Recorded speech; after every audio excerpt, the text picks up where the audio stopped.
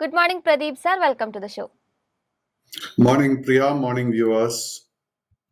ഞാൻ ഓൾറെഡി സംസാരിച്ചിരുന്നു. US വിപണിയെ സംബന്ധിച്ച് കഴിഞ്ഞ രണ്ടാം സെഷനിലും ഒരു ഇടിവിൽ തന്നെയായിരുന്നു US വിപണി വ്യാപാരം അവസാനിപ്പിച്ചിട്ടുണ്ടായിരുന്നത്. പ്രത്യേകിച്ചും നാസ്ഡാക്ക് കനത്തൊരു ഇടിവിലേക്ക് വഴിമാറിയതായിട്ട് കാണാൻ സാധിക്കുന്നുണ്ട്. ആഭ്യന്തര വിപണിയിലും IT സൂചികയെ സംബന്ധിച്ചും ഒരു ചുവപ്പിൽ തന്നെയായിരുന്നു കഴിഞ്ഞ സെഷനിൽ വ്യാപാരം അവസാനിപ്പിച്ചിട്ടുണ്ടായിരുന്നത്. സോ പ്രധാനമായിട്ടും ഇന്നത്തെ ഒരു US വിപണിയുടെ പ്രകടനം വിലയിരുത്തുമ്പോൾ സാറിന്റെ ഒരു എക്സ്പെക്ടേഷൻസ് എന്തൊക്കെയാണ്? പ്രിയ, രണ്ട് കോൺട്രാസ്റ്റിംഗ് വ്യൂസ് ഉള്ളത്. ഇന്നലെയും നമ്മൾ ഇതേ കോൺട്രാസ്റ്റിംഗ് വ്യൂസ് കാണാൻ സാധിച്ചു. അതായത് ന്യൂയോർക്ക് സ്റ്റോക്ക് എക്സ്ചേഞ്ചിലും നാസ്ഡാക്ക് ഇൻഡെക്സിലും. ന്യൂയോർക്ക് സ്റ്റോക്ക് എക്സ്ചേഞ്ചിലെ ഡൗ ജോൺസിലെ കാര്യമായിട്ട് നമുക്കൊരു സെല്ലിംഗ് കാണാൻ സാധിച്ചില്ല. അതിനെ തുടർന്ന് the long term and short term trend നിലവിൽ ബുള്ളിഷായി തന്നെ തുടരുന്നു. ബട്ട് ഡൗ ജോൺസ് ഇൻഡെക്സിന്റെ കേസിലും നമുക്ക് ലോങ് പൊസിഷൻസ് ഉണ്ടെങ്കിൽ നമ്മൾ 37,000 പോയിന്റിന്റെ സപ്പോർട്ട് വളരെ ക്ലോസ് ആയിട്ട് വാച്ച് ചെയ്യണം. കാര്യം എന്താന്ന് വെച്ച് കഴിഞ്ഞാൽ നാസ്ഡാക്കിൽ ഇതേപോലെ വീക്ക്നെസ് വീണ്ടും അടുത്ത 2 സെഷൻസിൽ തുടർന്നു കഴിഞ്ഞാൽ അതേ വീക്ക്നെസ് ഡൗ ജോൺസ് ഇൻഡെക്സിലോട്ടും വരാൻ നല്ല ചാൻസസ് കാണുന്നുണ്ട്. So 37,000 points is the major support for ഡൗ John's index. പുതിയ ലോങ് പൊസിഷൻസ് വളരെ കെയർഫുൾ ആയിട്ട് വേണം അമേരിക്കൻ മാർക്കറ്റിൽ നമുക്ക് എടുക്കാൻ ആഗ്രഹമുണ്ടെങ്കിൽ എടുക്കുന്ന സമയത്ത്. അതേസമയം നമ്മൾ നാസ്ഡാക്ക് ഇൻഡെക്സിന്റെ കേസ് നോക്കുമ്പോഴേക്കും ഇത് 4ാമത്തെ ഒരു സെഷനിലായിരുന്നു നമുക്ക് നാസ്ഡാക്ക് ഇൻഡെക്സിൽ തുടർച്ചയായിട്ട് നഷ്ടം കാണാൻ സാധിച്ചത്. ഈ 4 ദിവസത്തെ ബെയറിഷ്നെസ്സിനെ തുടർന്ന് ഷോർട്ട് ടേം ട്രെൻഡിന് നാസ്ഡാക്ക് ബെയറിഷായി മാറിക്കഴിഞ്ഞു. ആൻഡ് ലോ റിസ്കിൽ നമുക്ക് നാസ്ഡാക്ക് ഇൻഡെക്സിൽ ഒരു ബൈയിങ് അവസരവും കാണുന്നില്ല.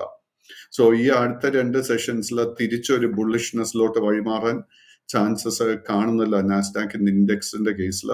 നമുക്ക് അമേരിക്കൻ ടെക്നോളജി സ്റ്റോക്സിൽ ലോങ് പൊസിഷൻ ഉണ്ടെങ്കിൽ I think it is very highly advisable ആ ലോങ് പൊസിഷൻസ് കട്ട് ചെയ്യുക, പ്രോഫിറ്റ് ടേക്ക് ചെയ്യുക and wait and watch. Commodity മാർക്കറ്റ്സിലേക്ക് നോക്കുമ്പോൾ ക്രൂഡ് വില കഴിഞ്ഞ ദിവസം 3% ഉയരുന്ന ഒരു സ്ഥിതിവിശേഷമുണ്ടായി. ഇന്നിപ്പോൾ നോക്കുമ്പോൾ 0.49% ഒരു മുന്നേറ്റം ഇപ്പോൾ ക്രൂഡിൽ നമുക്ക് കാണാൻ സാധിക്കുന്നുണ്ട്. ക്രൂഡിനെ സംബന്ധിച്ച് നമ്മൾ പ്രധാനമായിട്ടും ഇനി ശ്രദ്ധിച്ചിരിക്കേണ്ട ലെവലുകൾ ഏതൊക്കെയാണ്?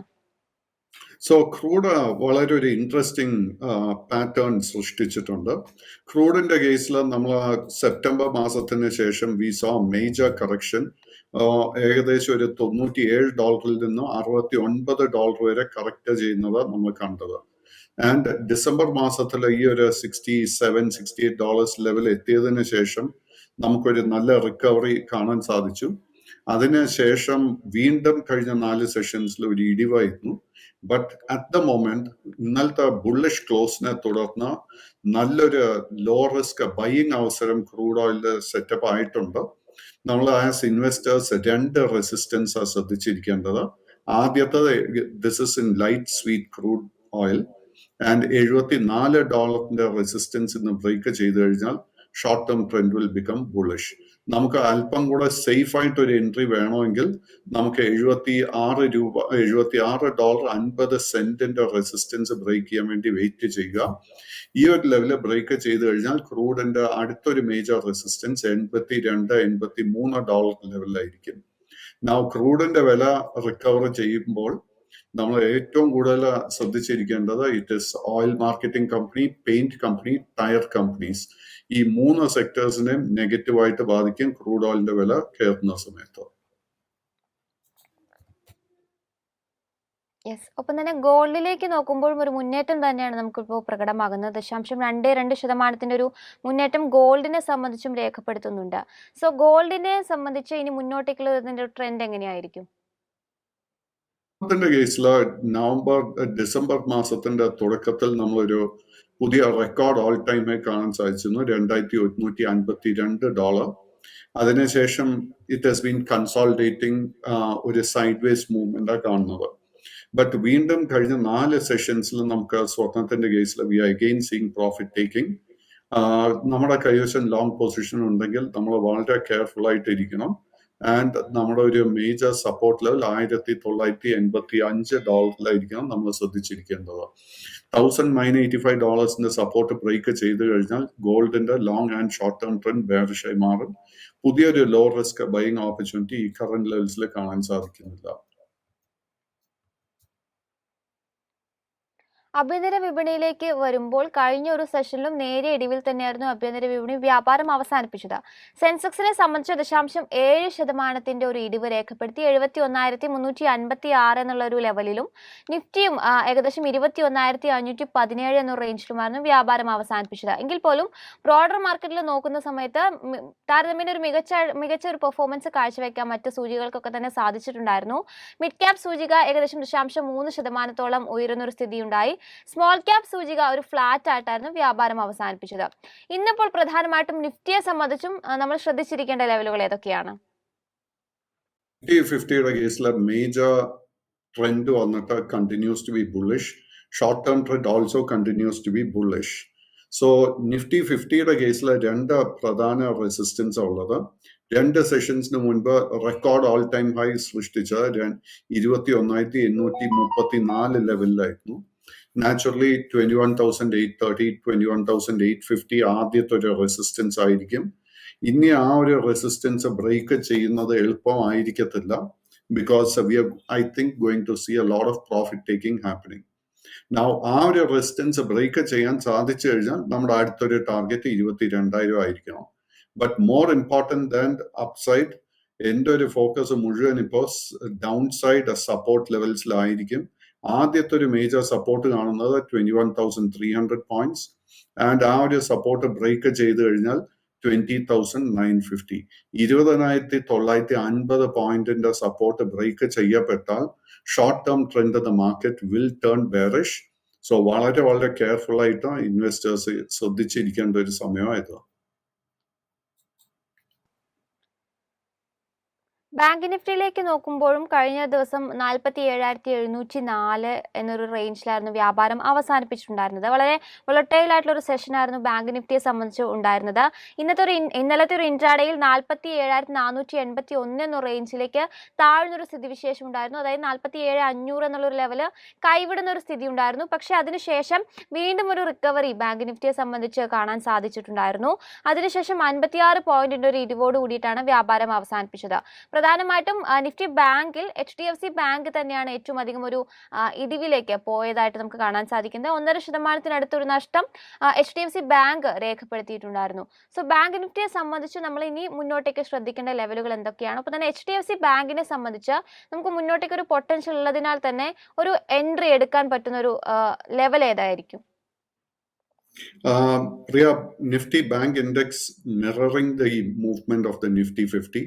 So Nifty Bank Index December 28 48,636. That was the record all-time high, 48,636.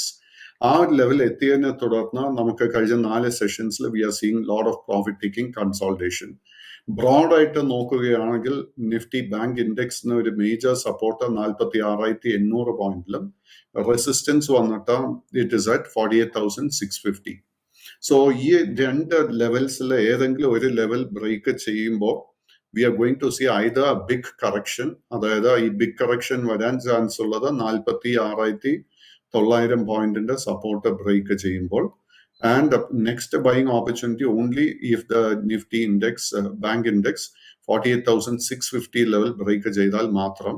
ഇപ്പൊ എനിക്ക് തോന്നുന്നില്ല 48,650യുടെ റെസിസ്റ്റൻസ് ബ്രേക്ക് ചെയ്യാൻ സാധിക്കുമെന്ന്. It's going to be very very difficult.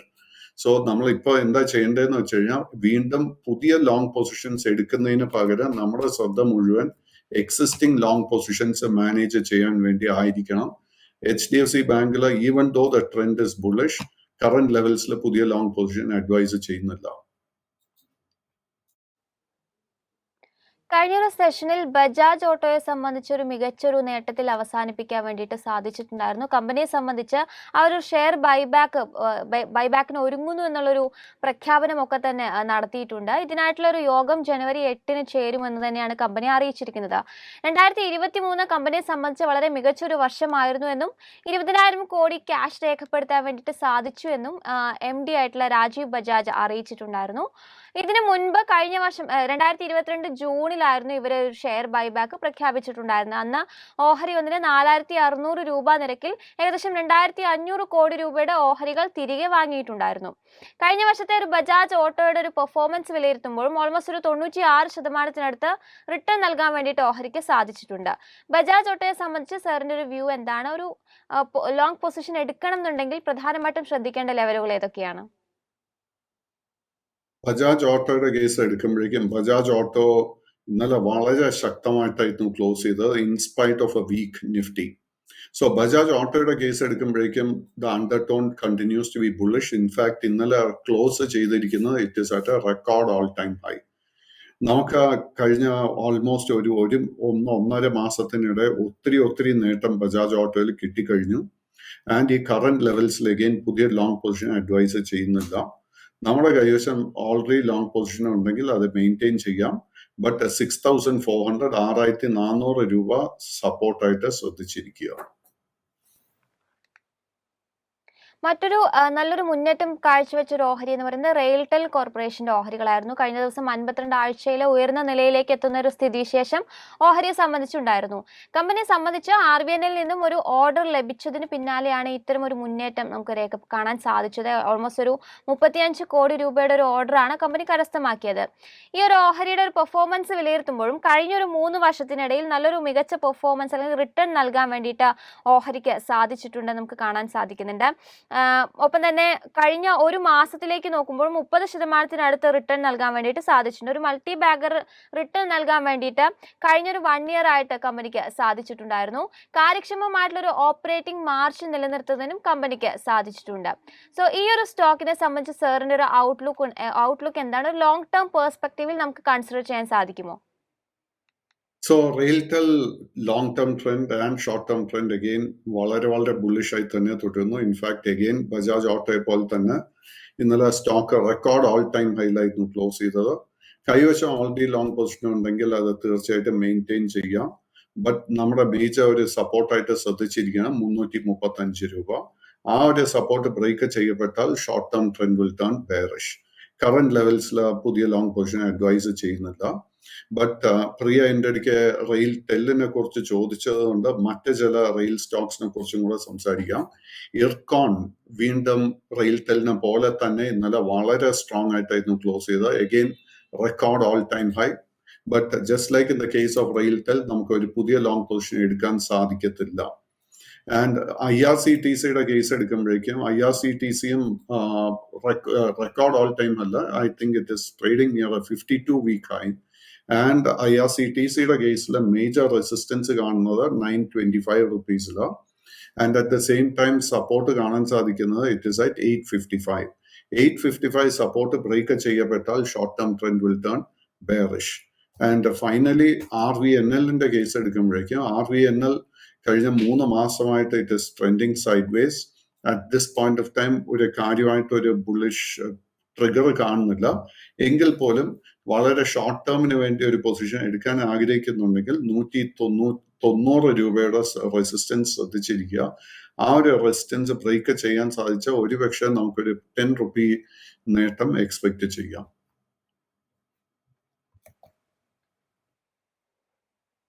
Pradeep sir ഇർകോണിനെ കുറിച്ച് മെൻഷൻ ചെയ്തതുകൊണ്ട് തന്നെ അതിൻ്റെ കൂടെ തന്നെ ഞാൻ ഓൾറെഡി ഞാനത് ചോദിക്കാനിരുന്ന ഒരു സ്റ്റോക്ക് ആയിരുന്നു. അതോടൊപ്പം തന്നെ ഞാൻ ചോദിക്കാൻ ആഗ്രഹിക്കുന്ന മറ്റൊരു ഓഹരി എന്ന് പറഞ്ഞാൽ റൈറ്റ്സ് ആയിരുന്നു. ഈ 2 ഓഹരികളും കഴിഞ്ഞ ദിവസം നല്ലൊരു മുന്നേറ്റം തന്നെയായിരുന്നു രേഖപ്പെടുത്തിയിട്ടുണ്ടായിരുന്നത്. അവരുടെ മാനേജ്മെന്റ് തലത്തിലൊരു മാറ്റങ്ങളൊക്കെ വരുന്നു എന്നുള്ള റിപ്പോർട്ടുകളെ തുടർന്ന് ഈ ഒരു ഓഹരിയിൽ റൈറ്റ്സിലും നല്ലൊരു മുന്നേറ്റം നമുക്ക് കാണാൻ സാധിച്ചിട്ടുണ്ടായിരുന്നു. റൈറ്റ്സിനെ സംബന്ധിച്ച് പറയുകയാണെന്നുണ്ടെങ്കിൽ കഴിഞ്ഞ ഒരു കുറച്ച് വർഷങ്ങളായിട്ട് 3 വർഷങ്ങളൊക്കെ ആയിട്ട് ഹെൽത്തി ആയിട്ടുള്ളൊരു ROE ഒക്കെ തന്നെ രേഖപ്പെടുത്താൻ വേണ്ടിയിട്ട് സാധിച്ചിട്ടുണ്ട്. മാത്രമല്ല പെർഫോമൻസ് വിലയിരുത്തുമ്പോഴും നല്ലൊരു മികച്ച നേട്ടം നൽകാൻ വേണ്ടിയിട്ട് റൈറ്റ്സിനും സാധിച്ചിട്ടുണ്ടെന്ന് നമുക്ക് കാണാൻ സാധിക്കുന്നുണ്ട്. സോ റൈറ്റ്സിനെ സംബന്ധിച്ച് സാറിൻ്റെ ഒരു വ്യൂ എന്താണ്?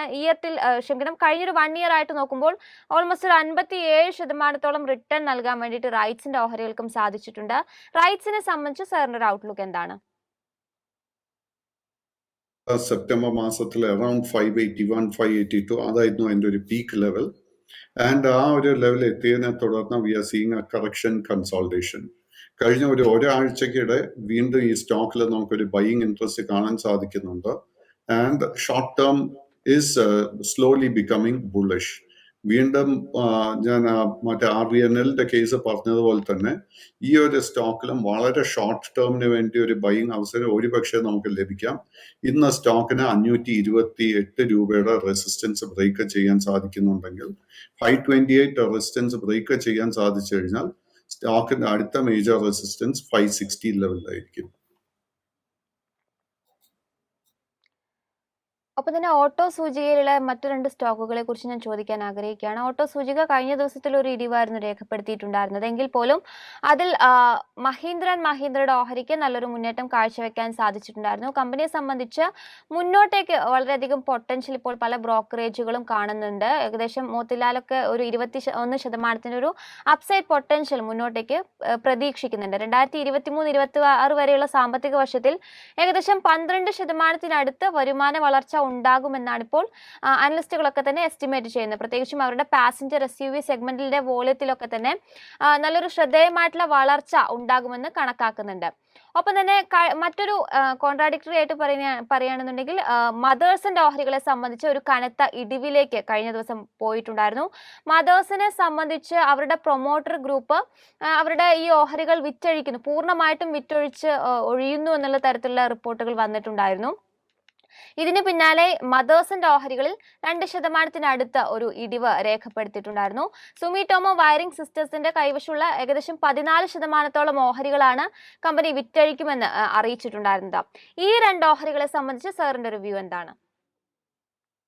സോ മഹീന്ദ്രയുടെ കേസ് എടുക്കുമ്പോഴേക്കും ലോങ് ടേം ട്രെൻഡ് ബുള്ളിഷ് ആണെങ്കിൽ പോലും സൈഡ് വേസ് ആയിട്ട് നമുക്ക് ഷോർട്ട് ടേം ട്രെൻഡ് കാണാൻ സാധിക്കുന്നത്. At this point of time വീണ്ടും M&Mന്റെ കേസിൽ എനിക്കൊരു ലോ റിസ്ക് ബൈയിങ് അവസരം കാണാൻ സാധിക്കുന്നില്ല. നമ്മുടെ കൈവശം ഓൾറെഡി ലോങ് പൊസിഷൻ ഉണ്ടെങ്കിൽ 1590 രൂപ സപ്പോർട്ടായിട്ട് വാച്ച് ചെയ്യുക. ആ ഒരു സപ്പോർട്ട് ബ്രേക്ക് ചെയ്യപ്പെട്ട് കഴിഞ്ഞാൽ ഓൾമോസ്റ്റ് ഒരു 100 റുപ്പീസിന്റെ കറക്ഷൻ M&Mന്റെ കേസിൽ നമുക്ക് എക്സ്പെക്ട് ചെയ്യാം. M&Mന്റെ കുറിച്ച് ചോദിച്ചതുകൊണ്ട് if you study actually Maruti October മാസത്തിലെ 10,800 റുപ്പീസിന് ശേഷം കൺസോൾഡേറ്റ് ചെയ്ത് വരികയായിരുന്നു. ബട്ട് കഴിഞ്ഞ ഒരാഴ്ചയായിട്ട് വീണ്ടും മാരുതിയുടെ കേസിൽ നമുക്ക് ഒത്തിരി പ്രോഫിറ്റ് ടേക്കിംഗ് സെല്ലിംഗ് കാണാൻ സാധിക്കുന്നുണ്ട്. പേഴ്സണലി ഐ തിങ്ക് മാരുതിയുടെ കേസിൽ നമ്മളൊരു വലിയ സെല്ലിംഗ് വരാൻ പോകുകയെന്ന് എനിക്കൊരു ഫീല് കിട്ടുന്നത്. നമ്മുടെ കൈവശം ഓൾറെഡി മാരുതി ഷെയർസ് ഉണ്ടെങ്കിൽ 9,900 9,800 ഈ സപ്പോർട്ട് ആയിരിക്കാം നമ്മൾ വാച്ച് ചെയ്യേണ്ടത്. ഈ ഒരു സപ്പോർട്ട് ബ്രേക്ക് ചെയ്യപ്പെട്ട് കഴിഞ്ഞാൽ the long and short term trend will turn bearish. അതേപോലെ തന്നെ ടാറ്റ മോട്ടോഴ്സിന്റെ കേസ് എടുക്കുമ്പോഴേക്കും മിനിഞ്ഞാന്ന് റെക്കോർഡ് ഓൾ ടൈം എത്തിയിരുന്നു Tata Motors. At the moment undertone bullish ആണെങ്കിൽ പോലും നമ്മൾ വളരെ കെയർഫുൾ ആയിട്ട് ശ്രദ്ധിച്ചിരിക്കേണ്ട ഒരു stock Tata Motor. Because overall മാർക്കറ്റിൽ വീക്ക്നെസ് വരികയാണെങ്കിൽ even in the case of Tata Motors we can expect a weakness.